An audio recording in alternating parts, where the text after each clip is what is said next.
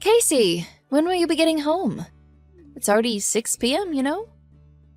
I'm sorry. My meeting lasted a little longer than I expected. I'm just about to get on the train home. You've been coming home later and later these days. My boy Bradley sat here waiting with a growling stomach. Do you intend to make my son starve? I am sure that you're more than capable of sneaking out of meetings at work. Please make more of an effort, young lady. Your husband's dinner is far more important than your meetings, anyway. No, this was an important meeting about one of our collaboration products with another company. I'm in a position of responsibility on this project, so there's no way I can leave before the end of a meeting. Ugh, stop making excuses. To focus single-mindedly on work while abandoning your essential duties as a wife, such as looking after your husband, is simply not acceptable. My son has no need for such a sloth of a wife. He'll divorce you, I say.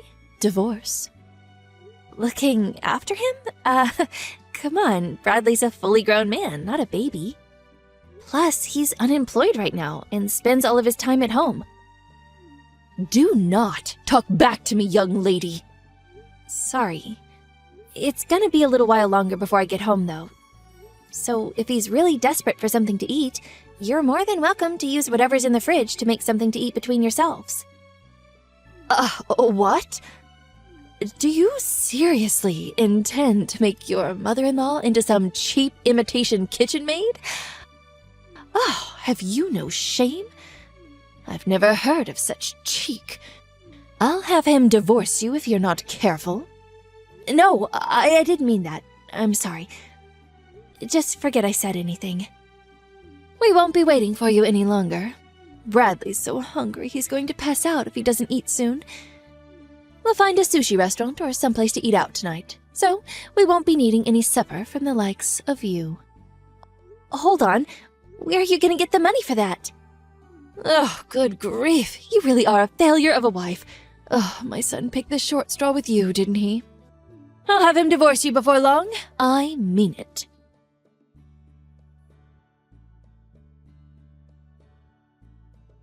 Brad, are you there? You got a minute? What is it? I was just about to go to sleep. Besides, if you want to say something, why not just come and talk to me? Why do you need to send messages when we're in the same house? But if I come to speak to you, your mom will probably overhear us. Anyway, it's about your mother. Is there no way we can live separately? This arrangement with the three of us, it's just not working. What? For God's sakes, you're not going on about my mom again, are you? To tell the truth, Brad, I'm extremely stressed. I agreed to have her live with us because I felt bad about her being lonely after your dad passed away. But she's causing me so much stress, it's unreal. Does she think I'm some kind of slave? She forces me to do all the housework despite the fact that I'm working long hours. Not only that, but she barely ever lifts a finger herself. If there's ever anything she doesn't like, even just a little bit, she immediately brings up divorce and threatens to make you end the marriage with me. What's more, despite the fact she makes absolutely no money and contributes nothing to the household finances, she goes out to restaurants on lavish spending sprees, always bringing home bagloads of frivolous junk. There's no other way to put it, Brad. I've reached my limit, and I can't take it anymore. What can I do? You can complain about her as much as you like, but she doesn't have anywhere else to go. She sold the family home when my dad died. We're the ones who took her in. I can hardly send her packing now, can I? The only money she has to her name is her pension. And when she says she can't afford to contribute, she's not lying. Plus, without my dad, she's super lonely. Surely it wouldn't hurt to indulge her selfishness just a little bit every now and then. This goes beyond the level of mere selfishness. She sneers and barks orders at me, tells me I'm not fit to eat in the same room as her, forces me to eat nothing but leftovers. Demands that you, being the husband, must always be the first to use the bathtub, with her being the all-important mother-in-law using it second. Then, when my turn finally does come around, there are even times where she lets the water out before I can get in. For some strange reason, she constantly gives me midnight sermons on how a wife should act, so I can't even sleep half the time because of her incessant preaching. Since she moved in with us a year ago, I lost 10 kilograms from not eating properly due to all the stress. This is malicious bullying, plain and simple. It's a miracle I managed to tolerate her this long, and the only reason I did is because she's your mom. But I'm sick of being treated like I'm not even human. I've reached my limit. Please, Brad, have her move somewhere else. Maybe an apartment or a shared house or something? I don't know. Just anywhere but here. If that's impossible, at the very least, could you please tell her to stop treating me this way? If you don't do something, I'm going to lose it. Fine. Sheesh, woman, I get it. I'll mention it at some point if I remember. Anyway, more importantly, I need $250. What? $250? What are you going to use it for? Travel expenses. I'm looking for work right now, so I need money for bus fares and trains and stuff. What? But I gave you money for travel expenses not that long ago. You get $100 a month for that already. That's pocket change. I already used it all. Get real, woman. $100 just doesn't cover it. Give me $250. Wait, you're not... No way. Are you visiting casinos again?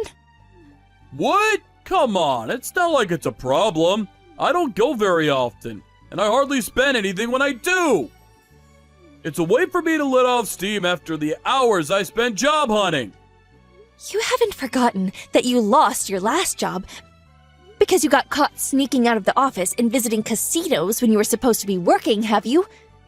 You got on your knees and swore you'd never visit a casino again, Brad. You swore. In spite of that, you're at it again.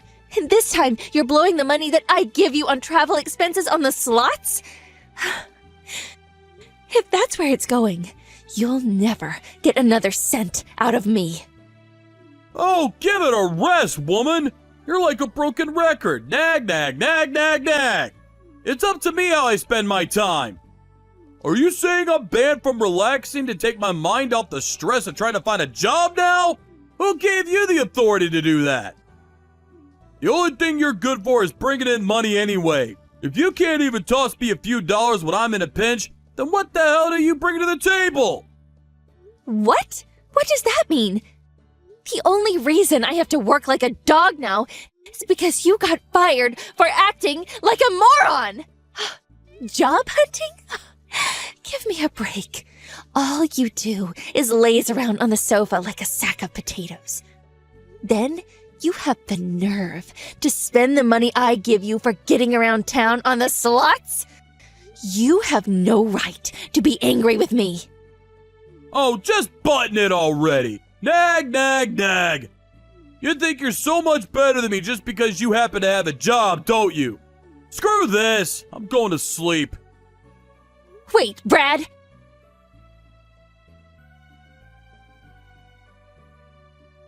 Excuse me? Casey, answer me. What is it? I'm at work right now. I hear you've been complaining to Brad again, giving him a hard time because he's struggling to find work. How dare you go whining to him behind my back? You really are a spiteful, underhanded cretin of a woman. What?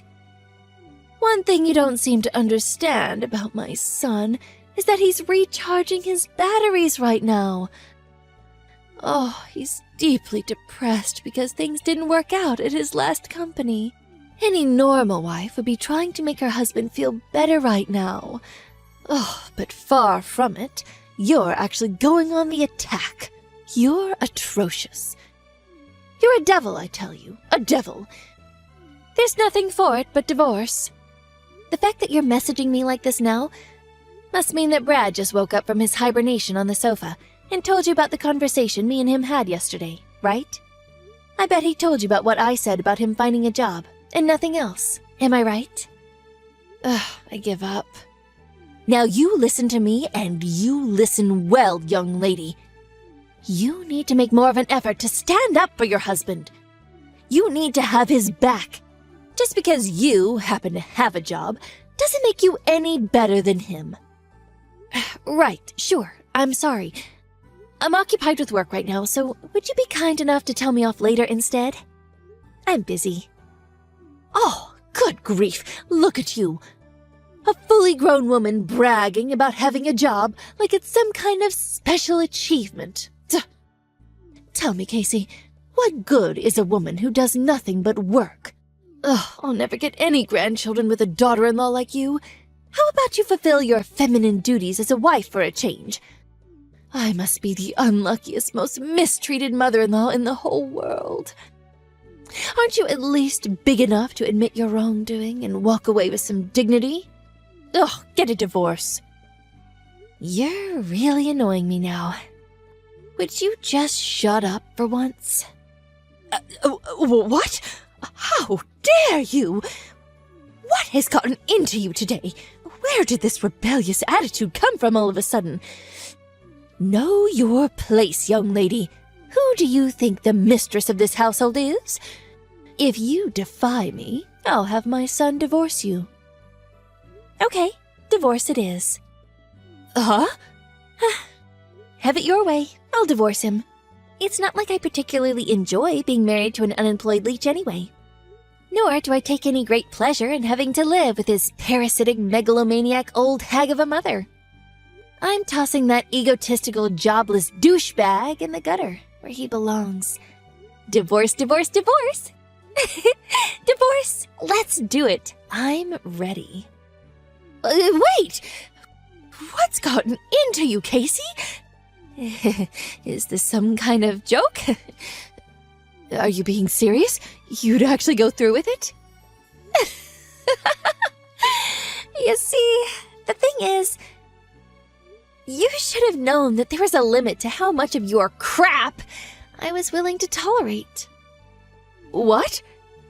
Did you think I was just gonna shut my mouth forever like an obedient little slave while you hurled abuse at me?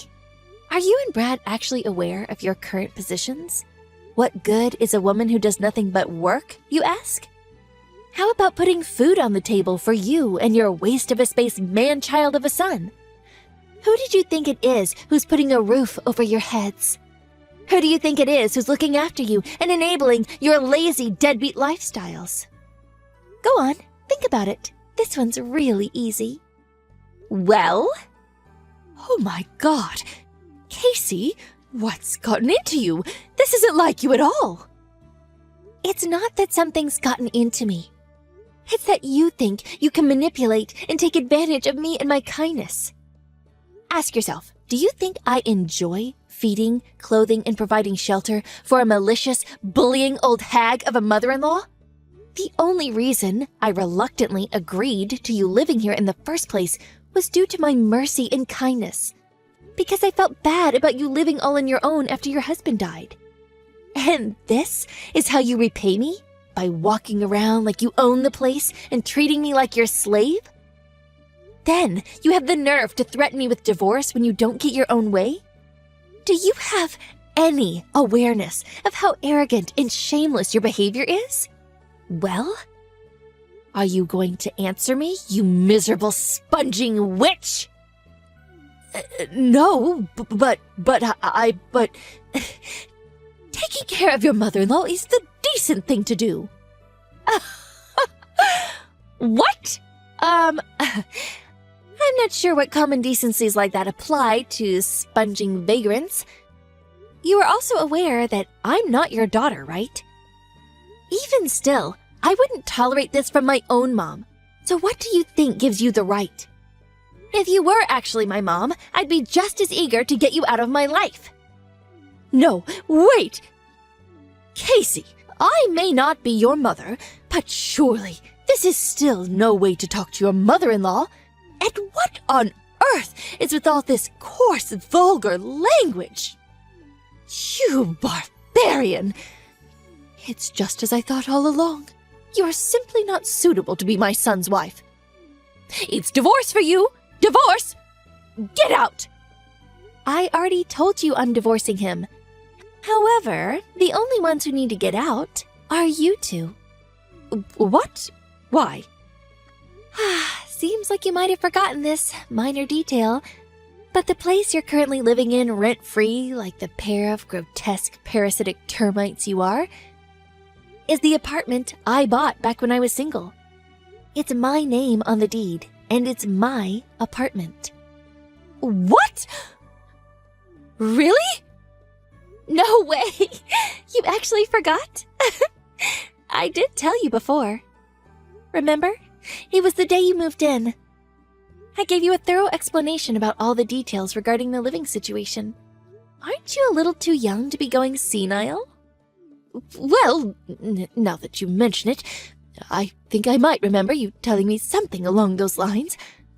But you can hardly expect me to remember every conversation we had last year. The thing is, whether you remember or not makes zero difference to me. Once the divorce is finalized, you and the Sloth King will be packing your things and leaving for good. Because, as I told you, you're living in my apartment. You'll no longer be my mother-in-law, and he'll no longer be my husband. And sadly, for you, I'm not the kind of person to let a pair of strangers live like bums in my house. Now, I'll be handing Brad the divorce papers when I get home today. Make sure the two of you get your belongings together, okay?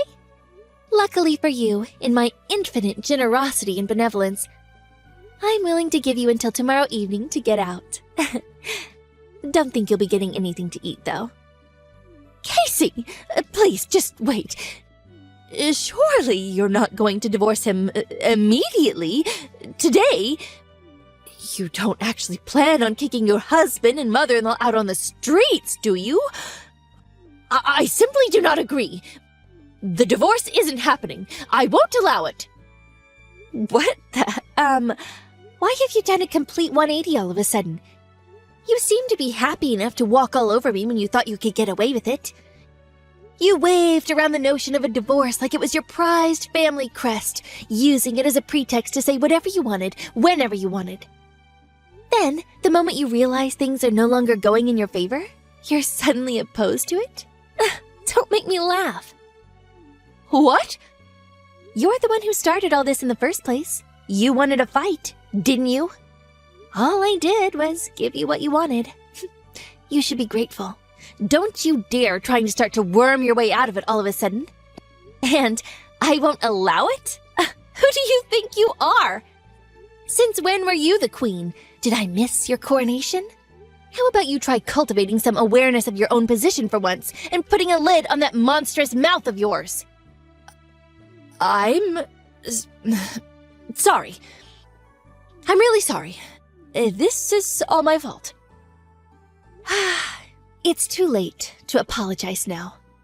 I'm dead set on divorce, and nothing can change my mind. Make sure you're gone by tomorrow night. And let me make one thing abundantly clear. There will be no distribution of assets. Brad, the eternal NEET, has no savings of his own, and we have no shared accounts either. There's no money for him to receive, not a single cent. So don't bother trying to put in any claims. I would feel bad about throwing you out onto the streets without any clothes. So I'll allow you to take the bare minimum of clothing and everyday necessities with you. I take it you have no complaints about that? If I've made myself clear, hurry up and get out of my apartment. And take your good-for-nothing son with you. Oh my God. Please just wait. We don't have anywhere to live. We sold the family home when my husband passed. My pension doesn't amount to much either. Brad doesn't even have a job. Please. Oh, I see. Just so I understand, you'll be in dire straits because your son's a NEET and you have no place to stay and no money. Is that right? Okay, so what? Huh? That's not my problem. The fact that your son's a NEET, or that you have nowhere to stay, or that you have no money, none of these things are my fault. If you're struggling for money, you could always have Brad earn you both a living on the slots. And why can't you find a job? If you've got the energy to bully your daughter-in-law 24/7, then holding down a job shouldn't be a problem. Oh, I saw a local supermarket was recruiting the other day. Do that? Oh my God. God's not going to help you now. Nor is playing the victim. And I mean, please, is this really any way for a fully grown woman to behave? If you don't have any money, then you work. Surely you at least understand that. You're not a child. Why? Why are you doing this? I think you know full well why. Because you defied the mistress of the household.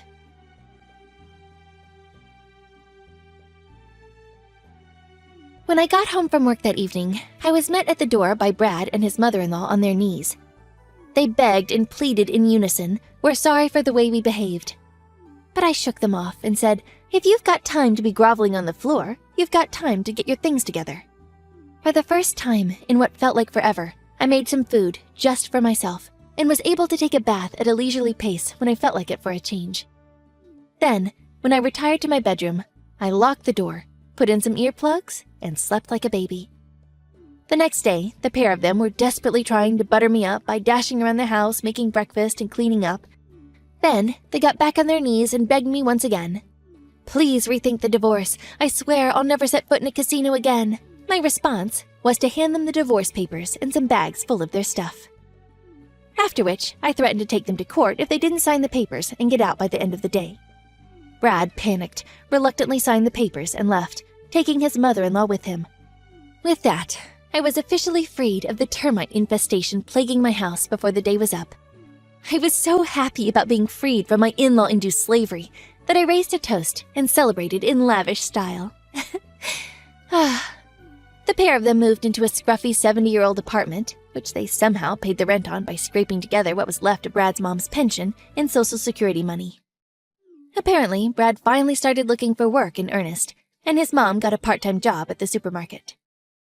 However, Brad's efforts didn't amount to anything, and he was constantly chided by his mom. Why are you forcing your aged mother to work?